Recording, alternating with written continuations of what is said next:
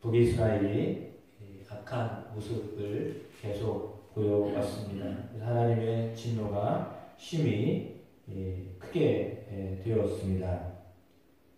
그 중에 오늘 본문에 엘리야라고 하는 선지자가 등장하는데, 그 선지자는 이스라엘의 하나님을 섬기는 선지자였습니다. 왕이 왕비를 통하여서 바알과 아세라를 섬기는 그런 종교적인 정책의 변환이 생겨났습니다. 그럼에도 불구하고 오늘 하나님을 섬겼던 선지자가 오늘 본문에 등장하고 있습니다.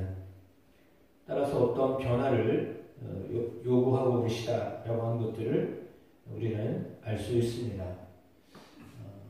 가장 힘들 때, 가장 어려울 때 하나님은 선지자를 등장시키시는데, 오늘 본문에 볼 때 수년 동안 비도 이슬도 있지 않을 것이다 라고 하는 말씀을 하시고 있습니다. 그러니까 아주 가뭄이 극에 달할 것을 말해주고 있습니다. 그때 하나님의 말씀이 엘리야에게 임하셨는데, 그리 시냇가에서 숨어라, 그리고 그 시냇물을 마셔라 라고 말씀하시며 까마귀를 통하여서 공급하겠다 라고 말씀을 하십니다. 말씀하신 그대로 아침과 저녁에 떡과 고기를 먹을 수 있었습니다.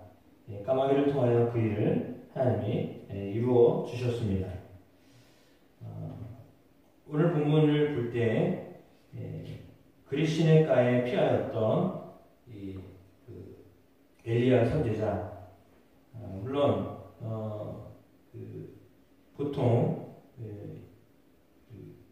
와디라고 해서요, 우기철에는 물이 있지만 비가 오지 않으면 그냥 메말라 있는 곳입니다.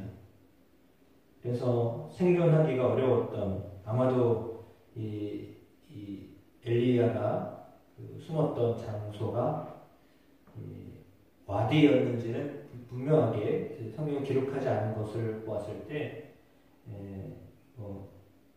요단강 동쪽이라고 추정을 했던 이 장소, 그러니까 요단을 아주 벗어난 건지 알 수는 없는데, 요단 앞 그리 시냇가라고 하니까 요단강으로 들어가는 지류 정도로 우리가 상상해 볼 수가 있겠습니다.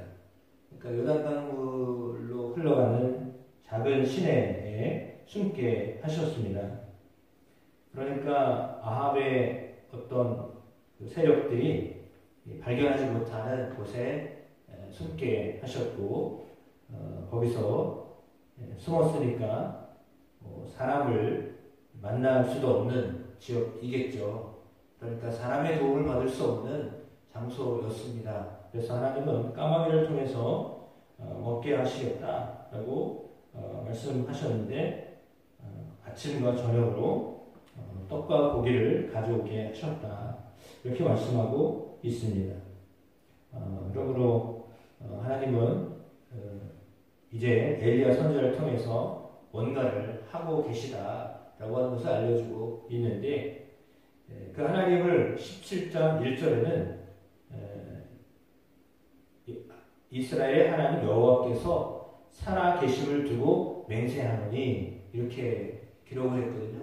그러니까 하나님이 살아계신 하나님이시다라고 했습니다.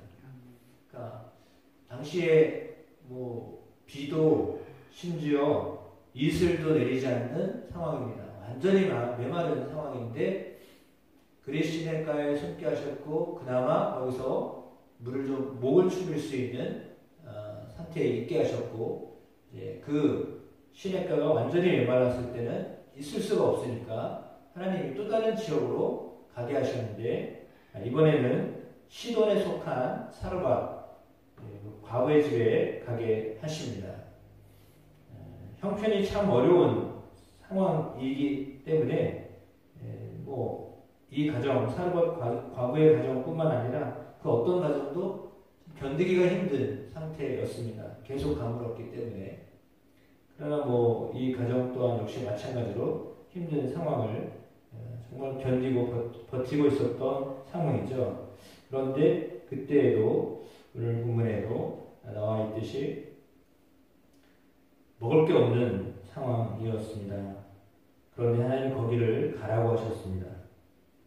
그리고 그에게 엘리야는 말씀을 전하는데 두려워하지 말고 가서 네 말대로 하려니와 먼저 그것으로 나를 위하여 작은 떡 한 개를 만들어 내게로 가져오고 그 위에 너와 내 아들을 위하여 만들라 라고 하는 말씀을 합니다. 이게 보통 확신 가지지 않으면 이 말을 못할 것 같아요. 이제 한 움큼밖에 안 남아서 죽기 일보 직전인데 어떻게 먼저 나를 달라고 하겠어요. 미안하다고 내가 잘못했다고 그래야 정상이죠. 이게 인간적인 생각이면 그게 정상이죠. 어떻게 그 집에 가서 달라고 합니까? 그것도 먼저 나에게 주고 그리고 남으면 당신과 당신 아들이 만들어 먹어라. 이렇게 이야기하는 것은 보통 본장이 아닙니다. 그냥 본장이 아니라 하나님이 함께 하셔서 역사하실 것이다 라고 하는 그 확신이 없으면 어떻게 이런 얘기를 할 수가 있겠어요. 마지막 먹고 죽으려고 하는 상황인데 그걸 먼저 나에게 달라고 하는 이야기를 어떻게 할 수 있겠어요.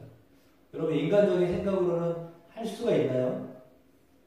그런 상황이면은 못 가죠. 하나님 잘못 보냈어요. 내가 어떻게 여기서 이 집에 머무릅니까? 말이 안 되죠. 우리가 보태줘야죠.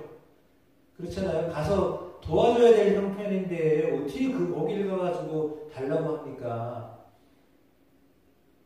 그냥 성경이니까 그런가 보다 하지만 사실 이거 면밀히 따져보면 인간적으로 볼 때는 말도 안 되는 소리예요. 말이 안 되는 소리예요. 진짜 말이 안 되는 소리예요. 여러분 같으면은 여러분이 만약에 사르밧 가부다라고 생각하면 정신 나가셨어요 지금? 선지자님 형편을 보세요. 말도 안 되는 소리를 하고 있어. 거짓말쟁이. 그렇게 생각할 거 아니에요? 아니 그렇지 않나요? 보통 그렇게 생각할 것 같아요. 아니 무슨 이런 선지자가 다 있어. 해도 해도 너무하지 진짜 벼룩에 간을 빼먹지. 그런 상황이잖아요. 근데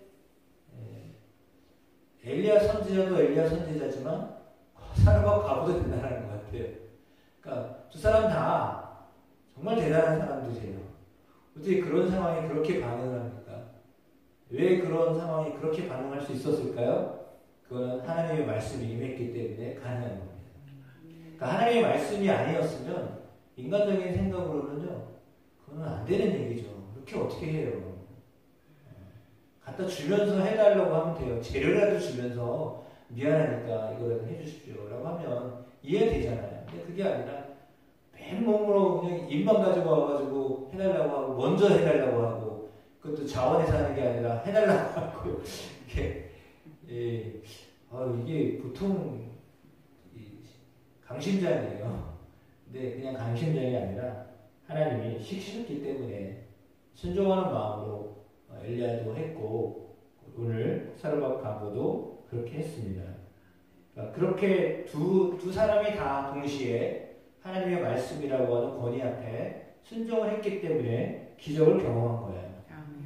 그래서 오늘 본문에 나와 있는 대로 엘리야의 말대로 하였더니 그와 엘리야와 그의 식구가 여러 날 먹었으나 말씀같이 통에 가루가 떨어지지 아니하고 병의 기름이 없어지지 아니하니라. 계속 생겨났다라고 하는 것이죠. 어떻게 계속 생겨났는지는 성경은 분명하게 알려주고 있지는 않습니다. 그러니까 이제 이거를 그냥 머리를 들어서 의식적으로 생각하면 아마도 하나님의 사람이 왔다고 하니까 더군다나 그 과거의 집에 가나안 집에 왔다고 하는데 도와줘야 되겠다.